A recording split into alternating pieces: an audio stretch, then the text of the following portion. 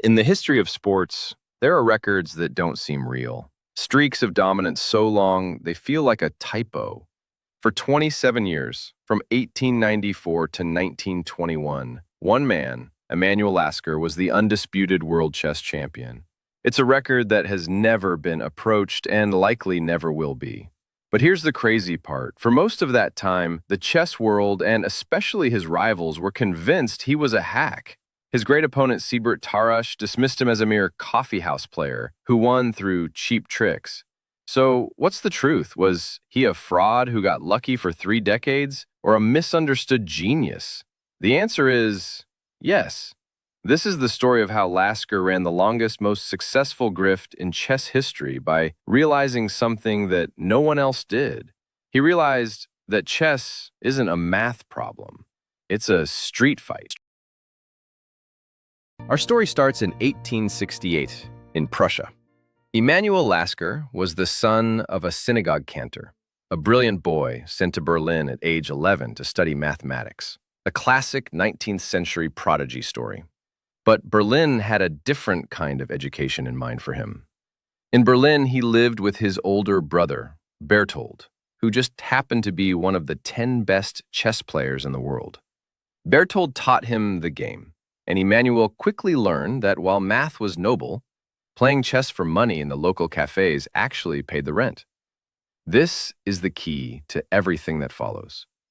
For his rivals, chess was an art, a science. For Lasker, it was a job. And when you're playing for your next meal, you don't care about finding the best move. You care about finding the move that makes the guy across from you fall apart. In 1894, at just 25, he challenges the champion, Wilhelm Steinitz, and wins. The chess world is stunned. They call it a fluke. But Lasker didn't just see a title.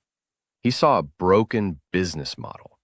Steinitz, the father of modern chess, would die in poverty. Lasker decided this was a bad outcome, so he transformed the World Championship into a personal franchise.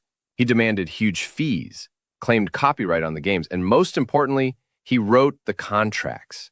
And his contracts were masterpieces of psychological warfare, which brings us to one of the greatest mysteries in chess history, the 1910 match against Karl Schlechter. Schlechter, the drawing master, was 1 point ahead going into the final game. He was famous for his solid, safe play. All he needed was a draw to become champion. And then he did something insane. With a winning position, he abandoned safety, kept attacking, took wild risks, and lost. Lasker tied the match and kept his title. Why? Why would he risk everything when a draw was enough? The theory is that Lasker's contract had a secret clause. The challenger had to win by 2 points to take the title. A 1-point lead was worthless. Schlechter had to play for a win. It was a brilliant, almost cynical piece of contract engineering that won the match before the first piece was moved. So, was it all just mind games and clever contracts? Not even close. Modern computers, which feel no psychological pressure, show that Lasker's bad moves were often genius. They were decades ahead of their time, creating complex, practical problems that only he knew how to navigate. But the real secret is that his chess was just one part of a bigger idea. Away from the board, Lasker was a PhD mathematician. His most famous work, the Lasker-Noether theorem, is a way of breaking down incredibly complex, abstract structures into their simple, fundamental parts. And then there's his philosophy. He wrote several books, but the most important was called Kampf, Struggle. For Lasker, struggle wasn't a negative thing. It was the fundamental engine of life. The only way to make progress was to engage in the fight. Deconstructing complexity in math, winning the practical fight in chess, embracing conflict in philosophy. This is the unified field theory of Emanuel Lasker. He saw the entire world as one great, dynamic, beautiful struggle, and he wanted to win. But Lasker's philosophy of struggle wasn't just theoretical. History forced him to live it. During World War I, he was a fervent German patriot. He invested his entire life savings in German war bonds.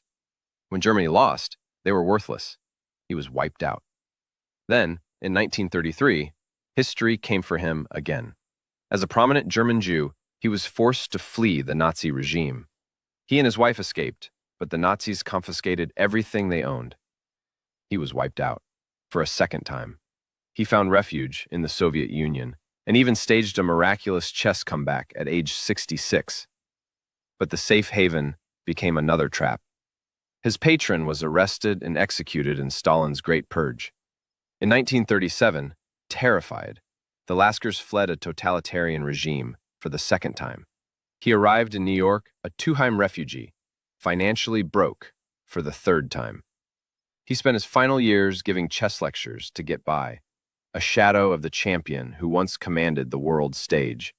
He died in 1941. So how do we remember Emanuel Lasker? To focus on the 27-year record is to miss the point. His real legacy was introducing a radical idea. In any human contest, there are two games being played: the game of rules on the board and the messy, irrational game inside your opponent's head. Perhaps his friend, a man who knew a thing or two about the universe, put it best. Albert Einstein wrote, "I am not a chess expert, but I have to confess that I was very much impressed by his book, Kampf." Einstein revealed the hidden physics of the universe. Lasker revealed the hidden physics of the fight. On the board and in life, he understood that the contest is, above all, a struggle. And for 27 years, no one struggled better.